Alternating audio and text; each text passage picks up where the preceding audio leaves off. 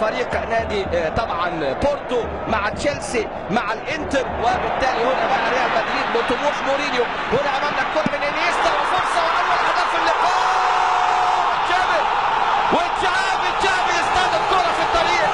ادي امامنا تشافي لاعب الارتكاز المتطور. ابتدي يضغط مارسيلو، ياتي اليه تشافي وهنا تدخل قوي كان مع اللاعب بيدرو. تعود الكره الى فيا. هل يظهر فيا في هذه اللقطه؟ هل يسجل فيا؟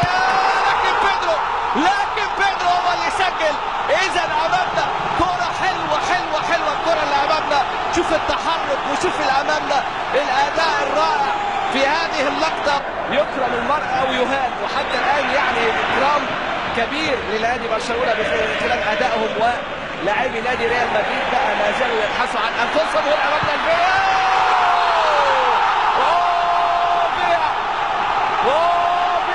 ميسي يصنع وفيا يسجل، وبرشلونه في طريقه للفوز الخامس على التوالي في الكلاسيكو على فريق النادي الملكي، فريق ريال مدريد اللي مقدم عروض رائعه هذا الموسم. وهنا امامنا كره جديده وهدف جديد.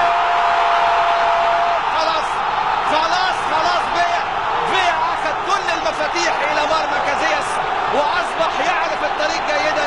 وادي امامنا هنا الدقيقه الاولى من 3 دقائق وقت بدل ضائع. كوجان يلعب العرضيه، وادي امامنا الكوره، وادي جيفرين.